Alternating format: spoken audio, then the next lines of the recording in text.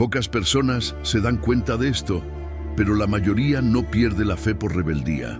La pierde por cansancio, por intentar ser fuerte durante demasiado tiempo. En un mundo ruidoso, acelerado y lleno de exigencias, muchos siguen yendo a la iglesia, orando y creyendo, pero sin fuego. Y aquí está la parte incómoda. Casi nunca es falta de Dios. Es agotamiento emocional y espiritual acumulado. La historia de Elías y Eliseo no es solo un relato antiguo sobre profetas poderosos. Es un espejo. Elías enfrentó reyes, confrontó sistemas y vio fuego caer del cielo, y aún así se quebró por dentro. Eliseo recibió una doble porción, pero solo después de aprender a servir, esperar y permanecer. Esto rompe una creencia popular, que una fe fuerte significa nunca cansarse. En realidad, la madurez espiritual comienza cuando alguien reconoce sus límites. Tal vez estés viviendo tu propia cueva, haciendo lo correcto, pero sin entusiasmo, siguiendo adelante pero sin expectativa, creyendo pero sin fuerzas, y la Biblia revela algo liberador. Dios no trata el cansancio como pecado. Antes de corregir a Elías, Dios lo alimenta. Antes de dar dirección, Dios le ofrece descanso. A veces, lo que el alma necesita no es más esfuerzo, sino cuidado. Fue precisamente al entender esto que nació el libro When the Fire Goes Out. No fue escrito para presionar a nadie a ser más espiritual, sino para caminar al lado de quienes están exhaustos, confundidos o tratando de sostener la fe solos. Si este mensaje ya está hablando contigo, el libro estará en la descripción o en la página de ventas, como una profundización práctica y humana de este mismo tema. Si sientes que necesitas reorganizar tu fe, realinear prioridades y entender lo que Dios está haciendo, no solo en el mundo, sino dentro de ti, entonces este contenido no es casualidad. Antes de continuar, suscríbete al canal, activa las notificaciones y quédate hasta el final.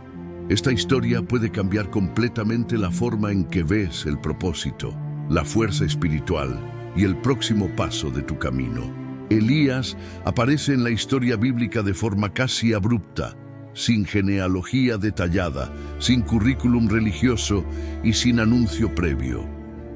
Un hombre común, proveniente de Tisbe, se presenta ante un rey poderoso con una sola cosa, una palabra firme y una convicción profunda. Eso ya revela algo esencial. Dios no espera escenarios ideales para actuar. Él entra en contextos caóticos usando personas dispuestas. El llamado de Elías no nace en un avivamiento, sino en un colapso espiritual. Israel estaba dividido, confundido y espiritualmente anestesiado. El reino de Israel vivía bajo la influencia de Acab y Jezabel, líderes que mezclaron poder político con idolatría abierta. Baal no era solo un dios falso distante, era una cultura, un sistema, una forma de pensar aceptada como normal. En ese ambiente, el llamado de Elías no fue cómodo ni seguro. No recibió promesas de aplausos, sino de confrontación. Esto enseña algo muy práctico. Los llamados auténticos rara vez nacen en ambientes favorables. Surgen muchas veces donde nadie más quiere posicionarse. Dios llama a Elías sin rodeos. No hay largos discursos motivacionales ni garantías de éxito inmediato.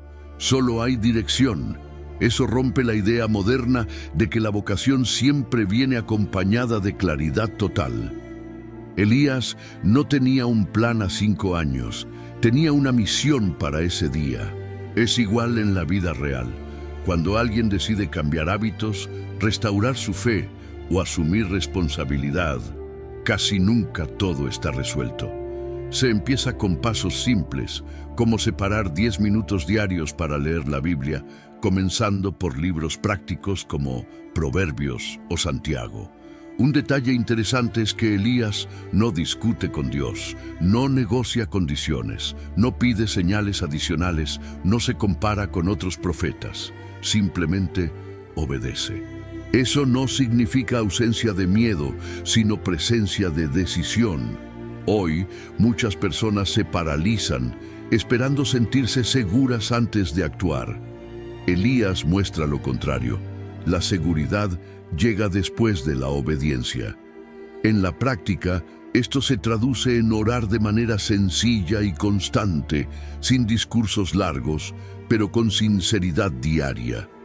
El llamado de Elías también revela que Dios elige a personas que no están intentando ser elegidas. Elías no buscaba visibilidad ni reconocimiento espiritual, estaba disponible. Este principio es poderoso. En lugar de esperar validación externa, el enfoque pasa a ser preparación interna. Leer libros como El poder de los hábitos, de Charles Duhigg, o incluso Piense y hágase rico, de Napoleon Hill, ayuda a entender cómo decisiones pequeñas y constantes moldean destinos. Elías no transformó Israel en un día, pero cambió la historia porque respondió cuando fue llamado. Pero este llamado inicial trae un peso que aún no se percibe del todo, porque responder a Dios es solo el comienzo. Después del llamado viene el mensaje, y el mensaje que Elías debía entregar no sería ligero ni bien recibido. El silencio de Dios sería raro y el conflicto inevitable. Lo que Elías diría al rey no solo sacudiría la fe del pueblo, sino que afectaría literalmente el clima de la nación, y es ahí donde la historia empieza a tensarse. Después de responder al llamado, Elías no recibe una tarea simbólica ni discreta. Su primera misión es directa, incómoda y profundamente confrontativa: anunciar una sequía sobre Israel. No era solo una falta de lluvia, era una interrupción divina en la normalidad. En una sociedad agrícola, la lluvia representaba vida, estabilidad y futuro. Al tocar ese punto, Dios estaba mostrando que el problema de Israel no era político ni económico, sino espiritual. Cuando la fuente se corrompe, el flujo se detiene. Elías se presenta ante el rey Acab con una certeza absoluta, no basada en poder humano, sino en convicción espiritual. Él no amenaza, no exagera, no dramatiza, simplemente declara lo que vendrá. Esto revela algo importante: la verdadera autoridad no necesita volumen. En la vida cotidiana ocurre algo similar cuando una persona toma decisiones firmes sin necesidad de justificarse todo el tiempo. Por ejemplo, cuando alguien decide cambiar hábitos nocivos, como reducir el consumo de contenido tóxico o redes sociales excesivas, el impacto se siente primero en el entorno. La sequía no era castigo por castigo, era una llamada de atención. Israel había atribuido la fertilidad de la tierra a Baal, el supuesto dios de la lluvia. Dios responde tocando exactamente ese punto. Es pedagógico. A veces, Dios permite que falte aquello en lo que confiamos demasiado, para revelar dónde realmente está nuestra fe. En términos prácticos, eso ocurre cuando una persona pierde una seguridad aparente, un trabajo, una relación, una rutina, y se ve obligada a replantear prioridades. Este momento también enseña algo sobre timing. Elías no anuncia una sequía eterna, sino una temporada. Nada dura para siempre, ni el juicio ni el desierto. Eso trae esperanza, pero también responsabilidad. La sequía tenía un propósito claro: provocar reflexión.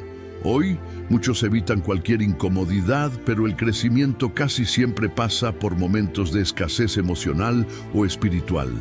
Es en esos periodos que prácticas simples, como escribir reflexiones diarias o leer libros como Eclesiastés o Salmos, ganan un valor profundo. Curiosamente, después de anunciar la sequía, Elías no se queda para discutir reacciones. Dios lo envía al anonimato. Esto muestra que obedecer no significa controlar resultados. Elías cumple su parte y confía el resto a Dios. En la vida moderna, eso se parece a hacer lo correcto incluso cuando no hay aplausos inmediatos. Invertir tiempo en aprender, cuidar la salud emocional o fortalecer la fe no siempre trae resultados visibles rápidos, pero construye una base sólida a largo plazo. La sequía comienza, el impacto se extiende por toda la nación y la tensión aumenta. Pero mientras el pueblo enfrenta la escasez, surge una pregunta silenciosa. ¿Cómo sobrevive un profeta en medio del juicio que él mismo anunció? ¿Dónde queda Elías cuando todo empieza a secarse? La respuesta no viene del palacio ni de la multitud, sino de un lugar inesperado, donde Dios cuida a su siervo de una manera poco convencional. Mientras Israel sufre los efectos de la sequía, Dios lleva a Elías fuera del territorio cómodo y predecible. Lo envía a Sarepta, una región extranjera, pagana y aparentemente improbable para provisión. Ahí ya hay una lección silenciosa. Dios no está limitado por mapas, fronteras ni expectativas religiosas. A veces, la ayuda llega de donde menos se espera. Elías no es enviado a un palacio ni a una familia influyente, sino a la casa frágil de una viuda que apenas tiene para sobrevivir un día más. La escena es casi incómoda. Dios le dice a un profeta hambriento que será sostenido por una mujer que también está a punto de quedarse sin nada. Desde la lógica humana, eso no tiene sentido, pero desde la lógica divina, es precisamente ahí donde el milagro se manifiesta. Esto conecta directamente con la vida real. Muchas personas esperan abundancia para obedecer, cuando en realidad la obediencia es la puerta de la provisión. No se empieza con exceso, se empieza con fe. El pedido de Elías es sencillo, pero profundo. Un poco de agua y un pedazo de pan. La respuesta de la viuda revela su límite emocional y material. Ella no se niega por egoísmo, sino por agotamiento. Eso humaniza la historia. Dios no ignora la fragilidad humana, trabaja a través de ella. En la práctica, esto se refleja cuando alguien decide ayudar, servir o compartir, aun cuando siente que no tiene mucho. Curiosamente, es ahí donde la escasez comienza a perder poder. El milagro del aceite y la harina que no se acaban no ocurre de una sola vez, sino día tras día. Dios no llena graneros, sostiene procesos. Esa constancia enseña más que un milagro instantáneo. Hoy, muchos buscan cambios radicales inmediatos, pero la fe madura aprende a confiar en el suministro diario. Crear hábitos simples, como leer un capítulo bíblico por día, comenzar por Lucas o Juan o escribir 3 cosas por las que agradecer cada mañana, transforma lentamente la percepción de la escasez. El punto más intenso llega cuando el hijo de la viuda muere. Aquí, la historia deja de ser sobre provisión y se vuelve sobre pérdida. Elías también es confrontado. El profeta que anunció sequía y vio provisión ahora enfrenta la muerte. Esto enseña que la fe no elimina el dolor, pero sí redefine cómo se enfrenta. Elías ora con honestidad, sin discursos elaborados. Eso libera a quien lee esta historia de la presión de orar bonito. Dios responde a la sinceridad. Cuando el niño resucita, no es solo un milagro físico, es una restauración de esperanza. La viuda no recibe solo a su hijo de vuelta, recibe una nueva comprensión de quién es Dios. Y aquí la narrativa se profundiza aún más, porque después de ver provisión y resurrección en lo oculto, Elías será llevado nuevamente al escenario público, un lugar donde la fe ya no se vive en silencio, sino en confrontación directa. Después de un tiempo en el anonimato, Elías vuelve a aparecer en el escenario público y no lo hace con diplomacia. El Monte Carmelo se convierte en el punto de encuentro entre 2 visiones de mundo. De un lado, cientos de profetas de Baal, expertos en rituales, gritos y demostraciones externas. Del otro, un solo profeta con una convicción firme. Esta escena revela algo clave. La verdad no necesita mayoría, solo claridad. En un mundo lleno de ruido, la voz correcta no siempre es la más fuerte. Elías propone una prueba simple y directa. Nada de debates largos, nada de discursos teológicos complejos. Un altar, un sacrificio y fuego del cielo. Él reduce el conflicto a lo esencial.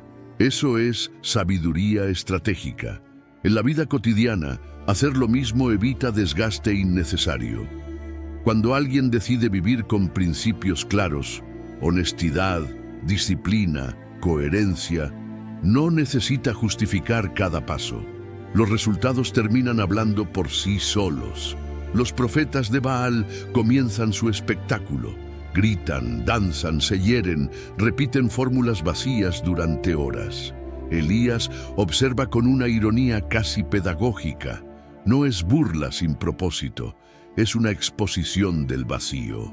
Mucha actividad no siempre significa presencia de poder.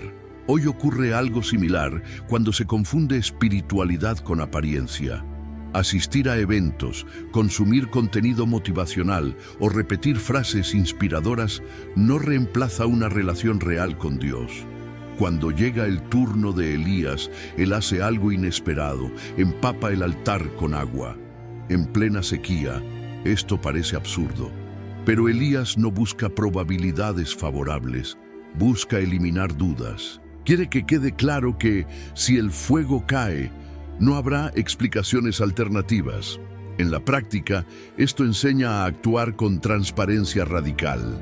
Personas que viven sin dobles discursos, que cumplen lo que prometen, generan confianza incluso antes de los resultados. La oración de Elías es corta, directa y sin dramatismo.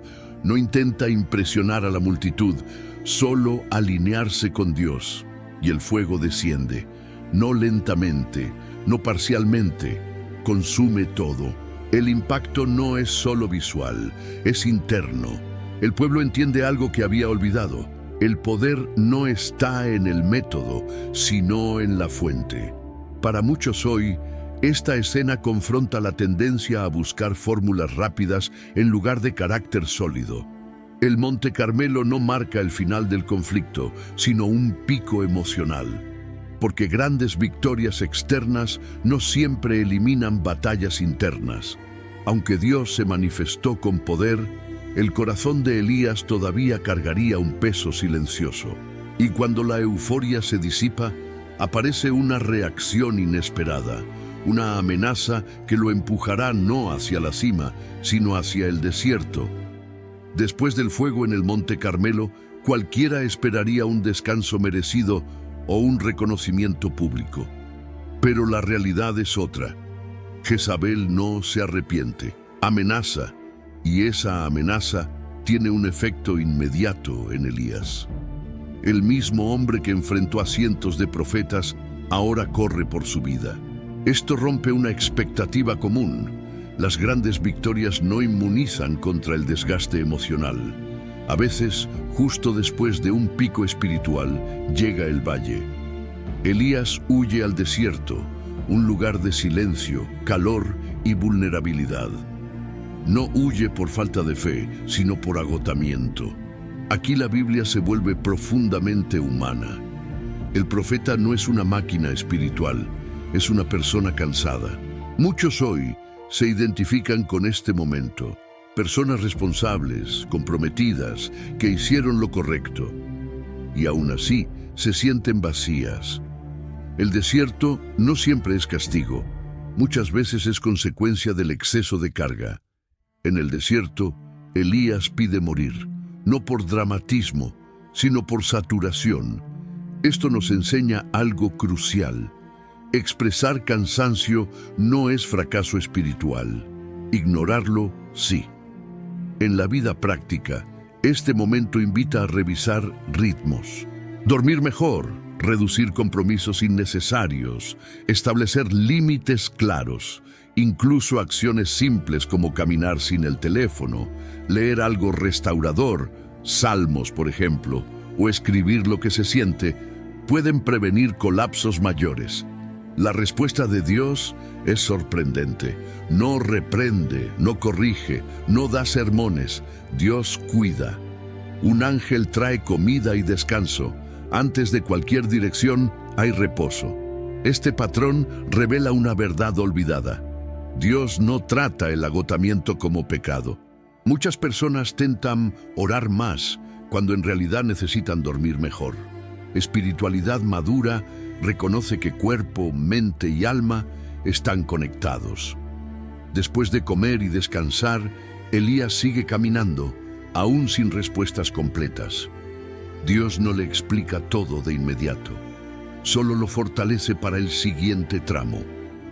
Esto se parece mucho a la vida real. No siempre hay claridad total, pero hay sustento suficiente para hoy. Invertir en hábitos básicos, alimentación, lectura edificante, conversaciones honestas, sostiene la jornada cuando las respuestas aún no llegaron. El desierto no es el destino final de Elías, es una transición.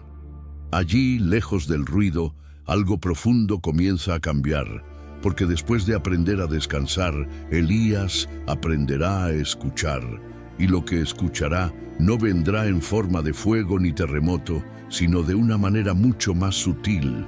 Elías llega al monte Horeb después de una larga caminata, física y emocional. No llega victorioso, llega exhausto, y es allí, en una cueva, donde espera respuestas. Este detalle es clave. Dios no se manifiesta primero en el escenario público, sino en el espacio íntimo. Horeb no es solo un lugar geográfico, es un estado del alma. A veces, para escuchar con claridad, es necesario salir del ruido, incluso del ruido religioso. Dios pregunta algo aparentemente obvio. ¿Qué haces aquí, Elías? No es una pregunta informativa, es formativa. Obliga al profeta a verbalizar su estado interior. Elías responde con honestidad, mezclando celo, frustración y soledad. Eso enseña que Dios no espera respuestas políticamente correctas, sino verdaderas. En la práctica, esto invita a la autoevaluación consciente, escribir lo que se siente, identificar cansancios acumulados, reconocer decepciones sin culpa. Luego vienen los fenómenos impactantes: viento fuerte, terremoto, fuego, todo lo que uno esperaría de una manifestación poderosa. Pero Dios no estaba allí. Esta escena desmonta una creencia común, que Dios siempre habla a través de lo espectacular. Muchas personas buscan experiencias intensas mientras ignoran los susurros diarios. A veces la dirección más clara no viene en grandes eventos, sino en una lectura tranquila, una conversación honesta o una convicción persistente que no grita. Finalmente aparece la voz suave y apacible. No invade, no empuja, no intimida. Invita. Esa voz no acelera, ordena. En un mundo acelerado, esta parte del relato es profundamente contracultural. Aprender a escuchar implica desacelerar, reducir estímulos, establecer momentos de silencio real, incluso prácticas simples como leer proverbios lentamente o dedicar 5 minutos al día sin pantalla afinan la percepción espiritual. En ese silencio, Dios no solo consuela a Elías, también lo reorienta. Le muestra que no está solo y que su visión estaba incompleta. Hay más personas fieles de las que él imagina. Esto corrige el aislamiento emocional, algo muy común en líderes, cuidadores y personas responsables. Cuando alguien cree que todo depende de él, el peso se vuelve insoportable.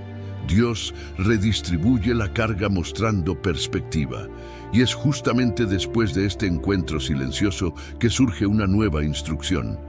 No para repetir el pasado, sino para preparar el futuro. Dios introduce el nombre de alguien más, alguien que continuará lo que Elías empezó. Porque escuchar bien a Dios no solo sana el presente, también abre espacio para la transición. Y esa transición comienza con un manto.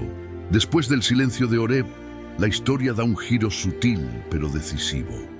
Dios no solo restaura a Elías, le muestra que la obra no termina con él. En medio de la rutina del campo, Eliseo aparece arando la tierra, concentrado en su trabajo diario. No está buscando un llamado espiritual, está siendo fiel a lo que tiene delante. Y es justamente ahí donde Dios suele intervenir. La vocación auténtica no siempre irrumpe en templos, a veces llega en días comunes. El gesto es simple y profundo. Elías arroja su manto sobre Eliseo. No hay discurso largo ni explicación detallada. El manto representa autoridad, misión y continuidad. Eliseo entiende el significado sin necesidad de traducciones. Esto enseña que hay momentos en la vida donde una oportunidad clara exige una respuesta clara. No todo viene acompañado de garantías. A veces, reconocer el momento es más importante que entender cada detalle. La reacción de Eliseo es inmediata. Pide despedirse de su familia y luego quema los instrumentos de trabajo. No es un acto impulsivo, es una declaración de enfoque. Eliseo elimina la posibilidad de volver atrás por comodidad. En términos prácticos, esto se parece a tomar decisiones que alinean la vida con el propósito. Reorganizar prioridades, reducir distracciones, invertir tiempo en aprender. Por ejemplo, sustituir parte del consumo automático de redes por lectura formativa o estudio bíblico constante. Elías permite la despedida, pero no suaviza el llamado.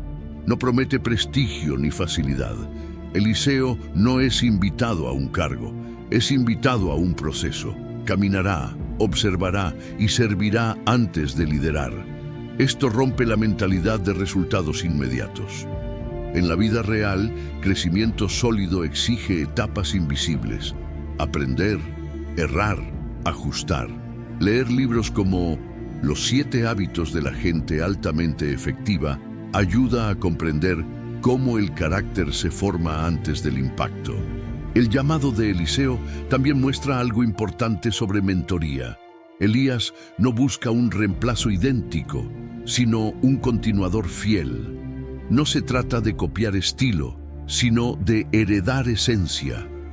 Muchas personas hoy traban porque intentan replicar modelos ajenos en lugar de desarrollar su propia forma de servir. La mentoría saludable no crea clones, despierta identidad. Con el manto sobre los hombros y el pasado cerrado, Eliseo comienza una nueva etapa caminando al lado de Elías. Todavía no hace milagros, todavía no lidera, pero algo ya cambió internamente, porque después del llamado viene el aprendizaje. Y ese aprendizaje será probado en el momento más delicado de todos, la despedida definitiva. Después de recibir el manto, Eliseo no entra inmediatamente en el centro de la escena. Su primera etapa es silenciosa y constante. Caminar con Elías, observar, servir y aprender. Esta fase suele pasar desapercibida, pero es fundamental. Antes de hablar en nombre de Dios, Eliseo aprende a escuchar. Antes de dirigir, aprende a acompañar. En un mundo que premia la exposición rápida, esta etapa recuerda que la profundidad siempre precede a la influencia. Eliseo ve de cerca las cargas de Elías, no solo sus momentos de poder. Aprende cómo se sostiene un llamado cuando nadie está mirando. Esto enseña algo muy práctico. Idealizar líderes sin conocer sus procesos genera frustración. En la vida real, crecimiento saludable implica observar bastidores, acompañar personas más experimentadas, pedir consejo, leer biografías edificantes, como las de líderes de fe o libros de desarrollo personal, ayuda a madurar expectativas. Durante este tiempo, Eliseo no intenta brillar. No compite con su mentor ni busca atajos. Su foco es fidelidad diaria. Esto contrasta con la ansiedad moderna por resultados rápidos. Muchas personas abandonan procesos porque no ven frutos inmediatos. Eliseo muestra que el aprendizaje verdadero es acumulativo, como en el estudio, leer poco cada día, practicar habilidades simples con constancia, construir hábitos antes de buscar reconocimiento. El servicio de Eliseo también revela humildad activa. Él no se reduce, se prepara. Servir no lo hace menor, lo fortalece. Hoy, servir es muchas veces malinterpretado como pérdida de tiempo. Pero servir bien desarrolla habilidades invisibles, paciencia, discernimiento, autocontrol. En términos prácticos, eso se parece a asumir responsabilidades pequeñas con excelencia, incluso cuando nadie aplaude. A lo largo del camino, Eliseo presencia decisiones difíciles y momentos de tensión. Aprende que el llamado no elimina conflictos, solo redefine cómo enfrentarlos. Esta observación silenciosa forma criterio. En la vida cotidiana, observar cómo otros lidian con presión, fracaso y oposición enseña más que cualquier discurso motivacional. Por eso, elegir bien a quién escuchar y seguir es una decisión estratégica. Pero este tiempo de aprendizaje tiene fecha de caducidad. Llega un momento en que caminar detrás ya no es suficiente. Eliseo percibe que algo está por cambiar. El ambiente se vuelve más intenso, las despedidas se acercan y la pregunta ya no es si está aprendiendo, sino si está dispuesto a asumir lo que viene. Porque el servicio prepara, pero la transición exige decisión. Cuando Eliseo comienza a manifestar milagros, algo se vuelve evidente. Su ministerio tiene un tono diferente. Mientras Elías confrontaba sistemas, Eliseo restaura personas. Sus milagros no buscan espectáculo, sino alivio. Agua contaminada es purificada. Aceite se multiplica para una viuda endeudada. Enfermos son sanados. Esto revela un principio clave. El poder espiritual auténtico siempre sirve a la vida cotidiana. No se trata de impresionar, sino de aliviar cargas reales. El milagro del aceite multiplicado muestra sensibilidad social. Una mujer al borde de perder a sus hijos por deuda recibe una solución práctica. Dios no solo se preocupa por el alma, se involucra en la realidad financiera y emocional. En términos actuales, este relato invita a tratar problemas espirituales y prácticos juntos. Organizar finanzas, buscar orientación responsable, aprender a administrar recursos, incluso con herramientas simples, también es parte de una fe madura. Otro momento marcante es la purificación de las aguas. Un problema estructural afecta a toda una ciudad, y Eliseo interviene con un gesto sencillo. Esto enseña que soluciones profundas no siempre son complejas. A veces, una decisión clara, aplicada de forma consistente, transforma un ambiente entero. En la vida moderna, pequeñas acciones éticas sostenidas, como honestidad no negociable o hábitos saludables, generan impacto colectivo con el tiempo. La sanidad de Naamán, un comandante extranjero, amplía aún más el alcance del mensaje. Dios no está limitado por nacionalidad, estatus o historia personal. Pero el proceso exige humildad. Naamán casi pierde su milagro por orgullo. Esta escena es actual. Muchas personas bloquean crecimiento por resistir procesos simples, aceptar orientación, empezar pequeño. Seguir instrucciones básicas suele ser el paso más difícil y más necesario. Los milagros de Eliseo también revelan algo sobre carácter. El poder fluye donde hay obediencia y coherencia. Cuando uno de sus servidores intenta lucrar con el milagro, la consecuencia es inmediata. Esto enseña que dones sin integridad se corrompen. En la vida diaria eso se traduce en alinear valores con acciones. No sacrificar principios por conveniencia, mantener coherencia incluso cuando nadie observa. A lo largo de estos milagros, Eliseo consolida su identidad. Ya no es solo el sucesor de Elías, es un profeta con marca propia, pero todo ese poder apunta hacia algo mayor, porque después de tantas obras visibles llega el momento más simbólico de todos. Un momento que no habla solo de milagros, sino de legado, continuidad y cierre de ciclo. La despedida de Elías no ocurre en silencio ni en enfermedad. Ocurre en movimiento, en propósito y en conciencia plena. Él sabe que su tiempo está llegando al final y no huye de eso. Camina con Eliseo sabiendo que el llamado no termina con su partida. Esta escena confronta una verdad profunda. La madurez espiritual no se mide solo por lo que alguien construye, sino por lo que deja preparado para continuar sin él. Eliseo acompaña a Elías con insistencia, no por apego emocional, sino por discernimiento. Él entiende que ese momento es clave. No se trata de despedirse, sino de recibir. En la vida real, muchas oportunidades decisivas pasan desapercibidas porque las personas no permanecen hasta el final. Perseverar cuando otros se van, mantenerse atento cuando el proceso parece repetitivo, suele ser lo que diferencia a quienes solo empiezan de quienes continúan. Cuando Elías es llevado, el manto cae, no como accidente, sino como símbolo. El liderazgo no es arrebatado, es transferido. Eliseo rasga sus vestiduras no por desespero, sino por transición. Algo muere para que algo mayor nazca. Esto enseña que crecimiento real exige desprendimiento. En la práctica, eso significa dejar versiones antiguas de uno mismo, hábitos improductivos, mentalidades limitantes, dependencias innecesarias. El primer acto de Eliseo tras la partida de Elías es revelador. Él vuelve al Jordán y golpea las aguas con el manto, haciendo la misma pregunta implícita: ¿dónde está el Dios de Elías? Y el río se abre, no para probar algo a otros, sino para confirmarse internamente.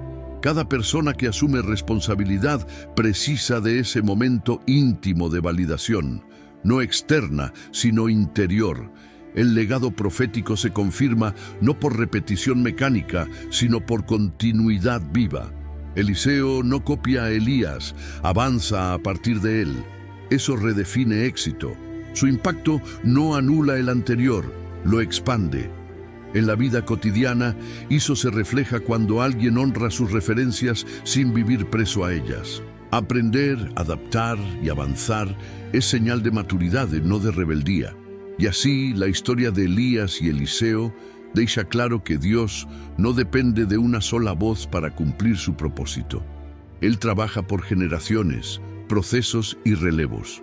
Cuando uno termina, otro comienza. Pero el hilo es el mismo, y esa verdad abre una pregunta silenciosa para quien escucha. Si hoy fuera el momento de pasar el manto, ¿qué estaría realmente preparado para continuar? Después de recorrer la historia de Elías y Eliseo, queda claro que esto no es solo un relato antiguo, es una invitación.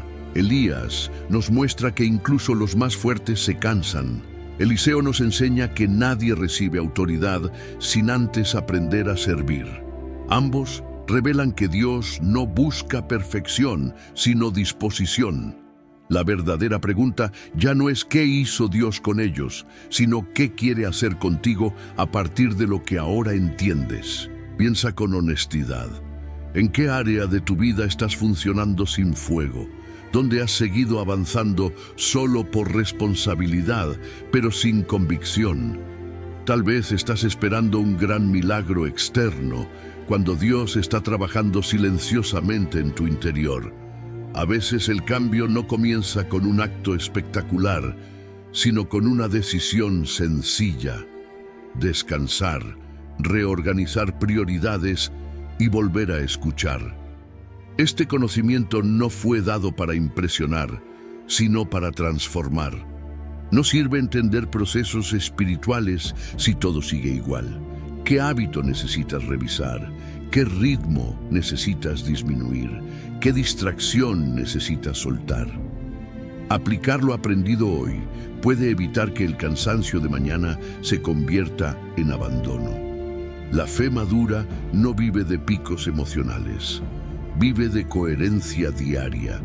Si en algún momento te identificaste con el agotamiento de Elías, recuerda esto: Dios no se aleja cuando el fuego se apaga, Él se acerca. Y si deseas profundizar aún más en cómo restaurar la fuerza espiritual sin culpa ni presión, el libro When the Fire Goes Out estará en la descripción o en la página de ventas como una guía práctica para quienes necesitan volver a respirar espiritualmente. Si este contenido habló contigo, suscríbete al canal y activa las notificaciones. Aquí no compartimos historias para entretener, sino para despertar conciencia, fortalecer la fe y ayudarte a vivir con propósito.